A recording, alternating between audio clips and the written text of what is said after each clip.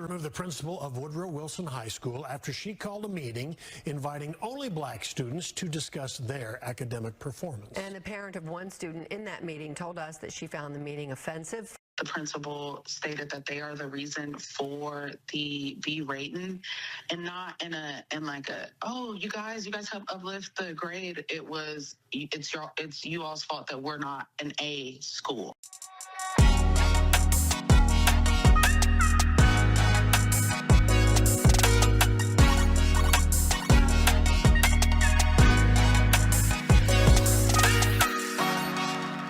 In October of 2025, Dallas ISD announced a leadership change at Woodrow Wilson High School following a controversy over a meeting that invited only African-American students to discuss the academic performance. According to the district statements and local coverage, Principal Chandra D. Hooper Barnett, who had led the school for over 3 years, was removed from her position, and Danielle Peters was named the interim principal. In that previous clip, we saw how parents reacted to the meeting, saying that children were unfairly singled out, while Hooper Barnett later acknowledged that decision was inappropriate and took full responsibility for it. The parents of this East Dallas High School received an email from School District Superintendent Stephanie Elizalde on Tuesday morning. Chandra Barnett Hooper, the superintendent announced, will not return as principal of Woodrow Wilson High. The veteran Dallas educator acknowledged in her own letter to parents a decision to hold a student-only meeting last week as not appropriate. That meeting, it involved black students only at this school. A session one parent told me to motivate, encourage, and challenge black students to improve their grades and test scores for the benefit of the school's current state rating. Let me be clear, that meeting was not sanctioned and should not have happened, Elizalde stated in today's email.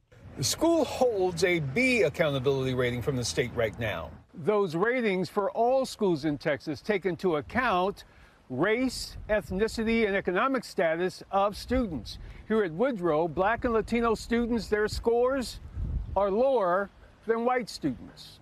Parent Chandra Curry told me her daughter attended that Students of Color meeting with Principal Barnett Hooper, and she strongly supported it. It motivated my daughter to do better, she said.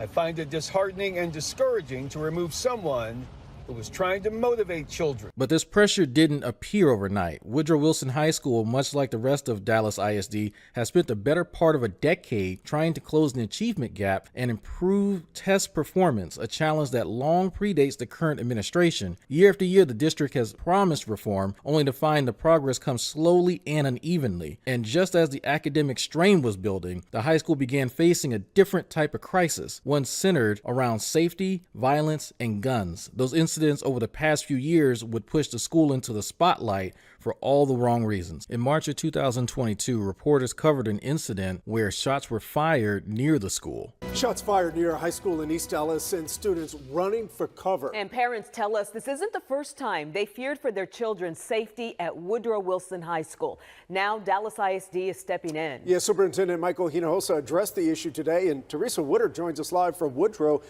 What's the district doing to solve the problem?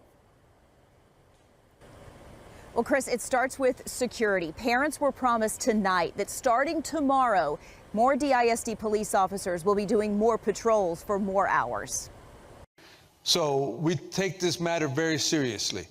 The DISD superintendent had long planned what he calls a community conversation at Woodrow Wilson High. But we need to solve the problem, the underlying problem. If any parents on any campus need conversation. And he was probably less than 20 feet away from the gunfire yesterday. Obviously a very scary situation for both him and us.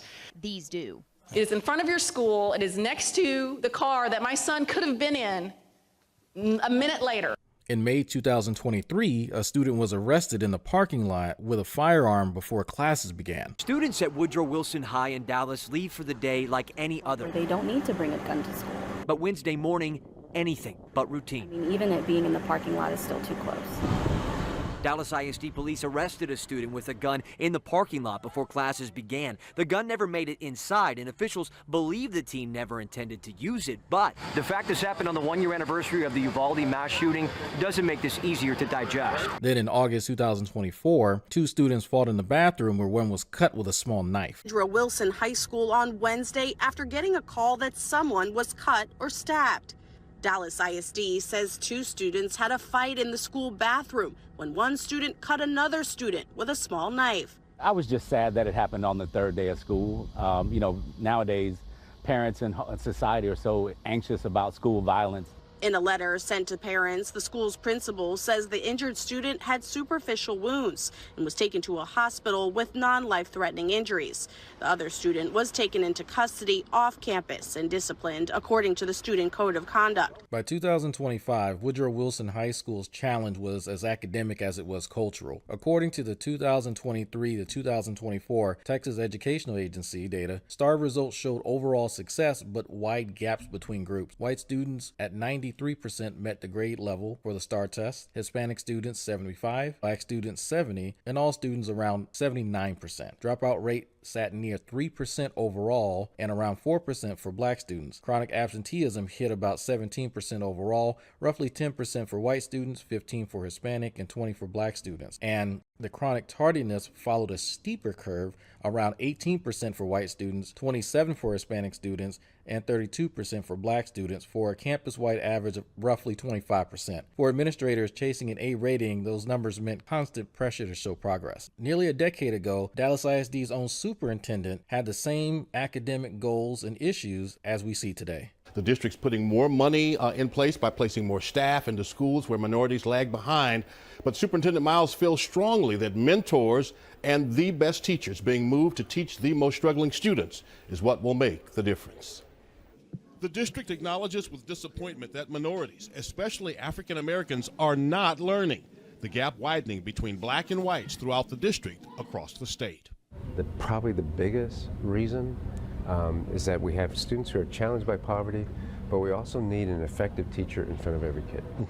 Superintendent Miles says the new Teacher Excellence Initiative, which changes how teachers are evaluated and compensated, will identify the best teachers. And then we're going to do an analysis of where those effective teachers are.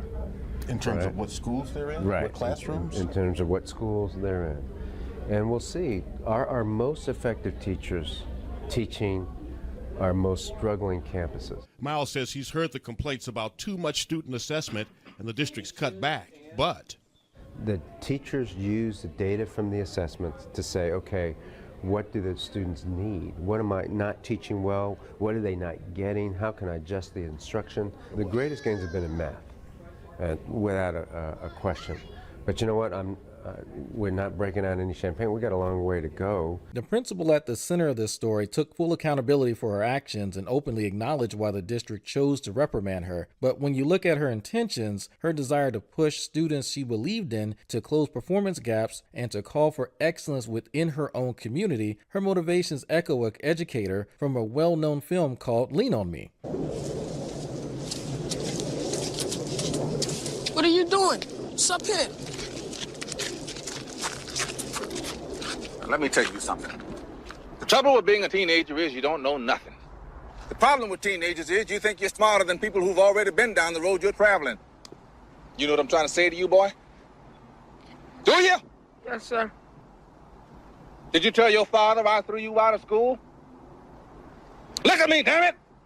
No, sir. That clip captures an old school tough love philosophy, the belief that confrontation and accountability could shock students into caring. It was rough, it was unfiltered, it was also rooted in genuine urgency. Back then, teachers and principals weren't afraid to push kids, even if it meant stepping on some toes. Fast forward to today, and we almost gone the complete opposite, extreme. Now education feels like it's trapped in a cultural overcorrection, where being too careful not to offend ends up offending common sense. We've replaced grit with buzzwords, discipline with optics, and honest conversation with PR-approved statements. The pendulum didn't just swing, it shot past the balance and landed somewhere between fear and apathy. And that's the uncomfortable truth about the entire situation. You can't motivate change if you're constantly walking on eggshells. You can't fix deep-rooted problems by pretending they don't exist or by wrapping every critique in bubble wrap. The goal shouldn't be to return to the hardline methods of the past, but we've got to admit that there's some toughness, and a lot of it had value back in the day. What education needs now isn't another policy or slogan, it's balance. Willingness to hold students accountable without shaming them, and to tell the truth without worrying about who tweets it first. When every conversation becomes a potential scandal, no one says